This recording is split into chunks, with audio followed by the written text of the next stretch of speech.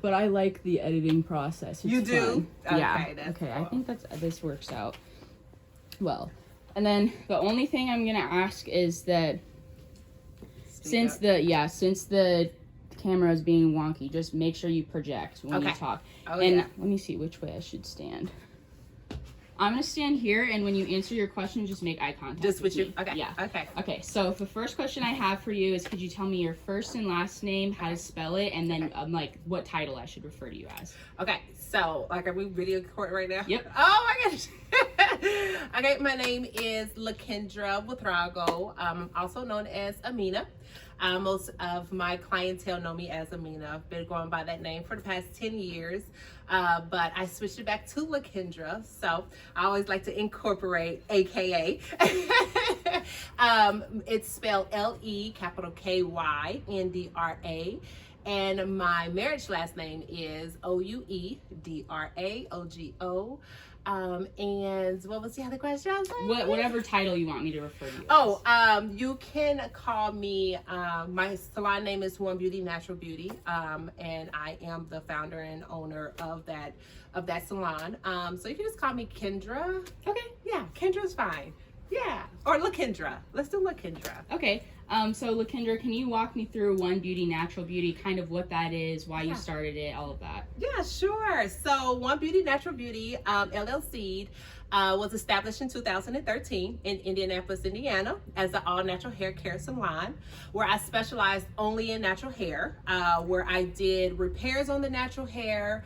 I also styled the natural hair, from natural braids to twists to natural silk presses to little girl braids to little boy braids to locks to all those types of things that are connected to the natural hair. And then I also one of my biggest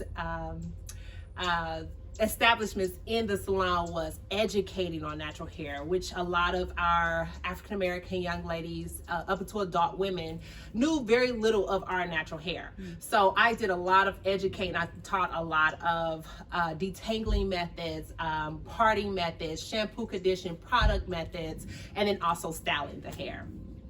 Why did you get into hairstyling, and did you always start with a focus on natural hair, or did that kind of grow? So, so styling hair in general has always been a childhood dream of mine. I loved styling hair. I used to be that stylist, the porch stylist, people would call me, or people would come over and get the hair braided on the porch. So I had 4 children in my marriage, and I was like, you know what? I have all of this education, I have all of this experience, and I have the passion of doing hair. Why not open up my business and do what I love to do? Instead of paying a crazy babysitter and all this amount of money and all these things. So I said, okay, well, let's get going. And so I opened up in 2013 off a small tax check. And the natural hair part of it came in when my daughters were created. I have 3 daughters, 1 boy. And my daughters, I was like, well, you know what? I need to understand their hair. And when I started to learn their hair and why it was dry and why it was breaking, or the type of styles that enhanced their natural curls, that kind of made me go towards that avenue when it came to styling hair. And so styling natural hair had became like a passion of mine, also a gift of mine, and I enjoyed it. I continue to enjoy it. I love natural hair, and I love teaching natural hair as well. So you mentioned earlier that you have had to teach a lot of your clients about their hair. They didn't know about the detangling and all of that stuff. Why do you think so many Black women don't know how to handle their hair? Well, I think that there has just been a stigma of what our hair is supposed to look like. I feel like we have a perception of what we're supposed to look like from all the transitionings of the different decades, different centuries of what our hair looked like. And the last century was the perm. And the perm, of course, at that point, you stripping the curls from you stripping everything from the natural state and converting it into something totally different. And that gave the Black woman the perception of what our hair was supposed to look like. And so I believe that once people started to understand that the chemicals were so harsh on our hair, then we started to transition into, okay, I have to start loving my hair. But then you have that transition phase from the relaxer to the natural hair, which then is like a in-between phase, and it's like a part that's like, you know, you have your natural curl pattern, tight curl pattern, to this straight hair. And so a lot of people don't like that type of look, or don't know how to deal with that type of look, so they end up relaxing the hair again. So I believe that just being able to, it was just like something lost in transition. There's just a lack of understanding on our natural textures. And when people realized that, when we as African American women realized that natural hair was the healthiest for our hair, then we began to realize, like, okay, let me quit this relaxer, let me do a protective style until my natural curls grow back. And once those natural curls grow back, people are like, oh my goodness, what do I do? I love my hair is healthy, but what do I do? So I got a lot of clients that came in like, I don't know what to do. So I'll just keep braids in it, or I'll just keep a wig on top of it, or I'll put some extensions on it. And then at that, it also gives the adverse effect where you do just, put something on top of the hair and not taking care of the hair. So I also taught people, and that's why I just specialized in just natural hair, no hair extensions, so that people could understand the principles and the importance of taking care of the hair, like moisturizing and combing it and detangling it and styling it and protecting it, and also understanding that the hair is beautiful. They are beautiful in their natural hair. I love that. Yeah. So in your experience as a stylist with women coming to you with maybe transitioning from a relaxer or to curly hair, or they went from straightening their hair all the time to going natural, did they ever share with you why they felt like they needed to wear their hair straight or anything like that? Yes. Well, I believe, as they would explain, but my big takeaway from all of that is, as African American women, our hair is our crown, right? It is our glory. It is a part of our beauty. It's a statement, right? And we can, with natural curly hair, you have the option to be diverse, right? And I believe that it wasn't necessarily the fact that it's straight. I think it's more so the fact that it's a style, different styles, different ways to show their expression through their hair. And that's another beautiful thing about being an African American woman in the hair industry, is that you can express your way in so many different ways.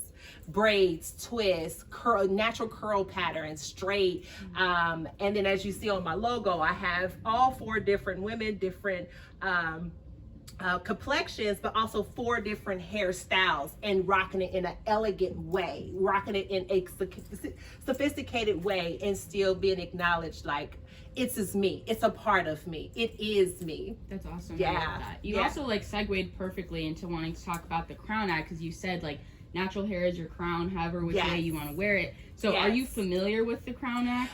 Just a little. I remember when I first opened up my salon in 2018. I remember a lot of women would come in. They're like, have you heard about they're passing a legislation law on us wearing our hair and it being okay to wear our hair in the field, in their working fields or in their school system. And I'm like, is that really a thing? Like, why is that a thing? So yes and no.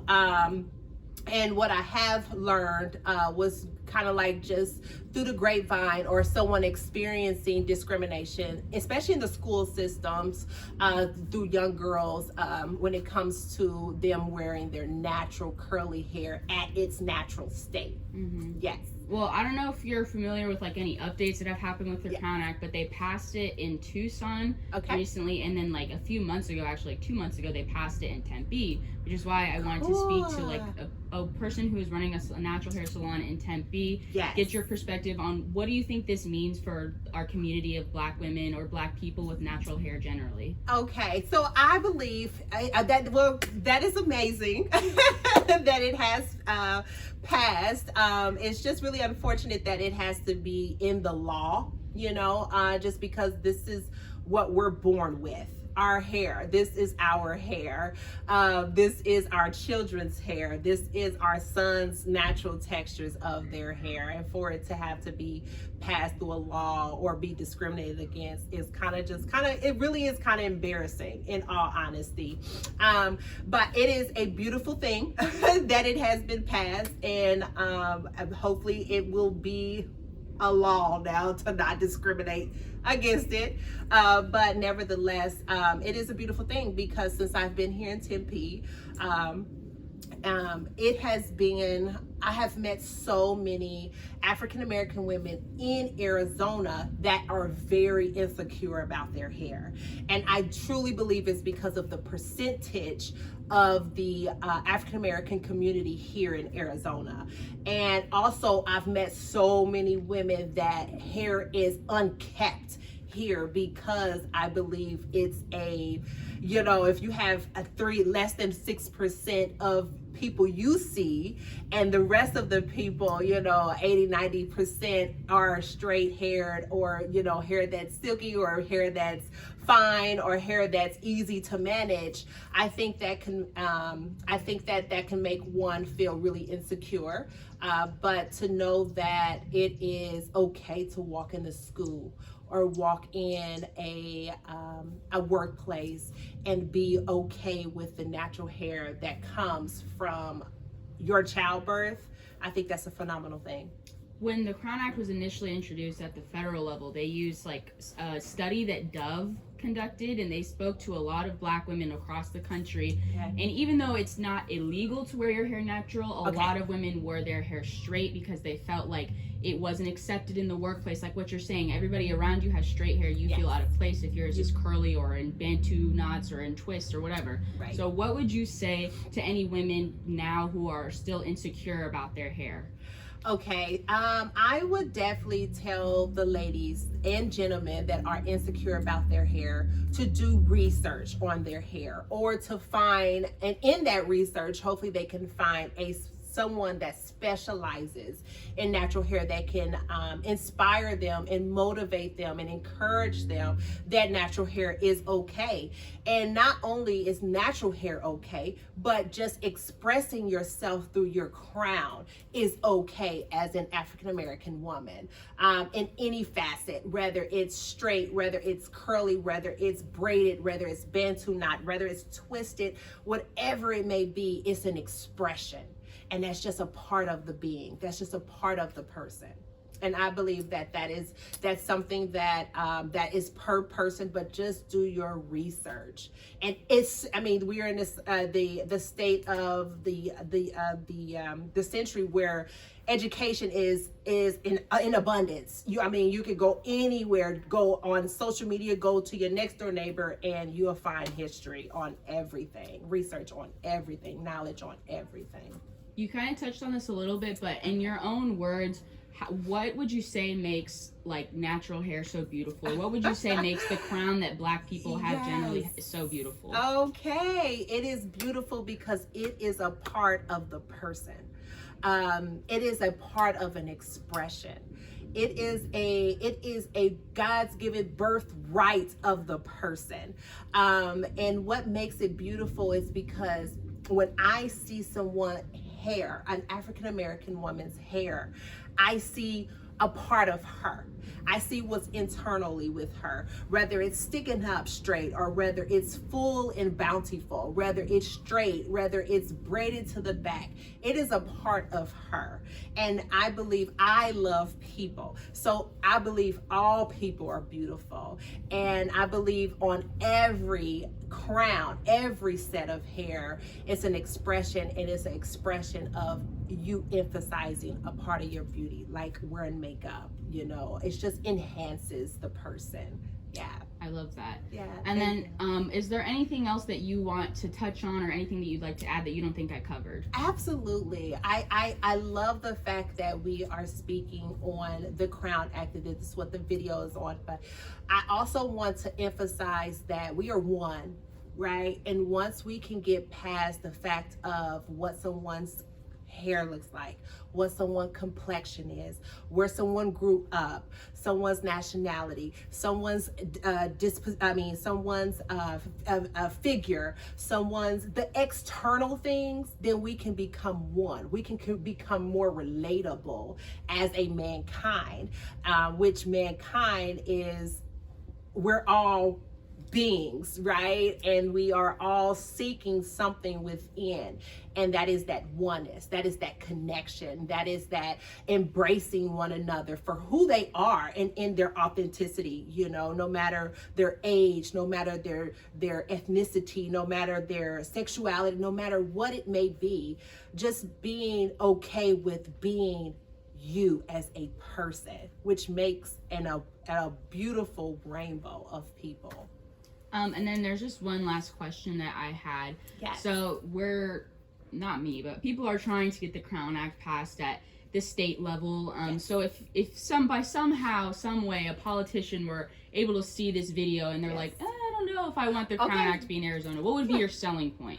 Okay, my selling point would be, we fight so much insecurities within our own race because not being approved because of how our hair makes a statement, right?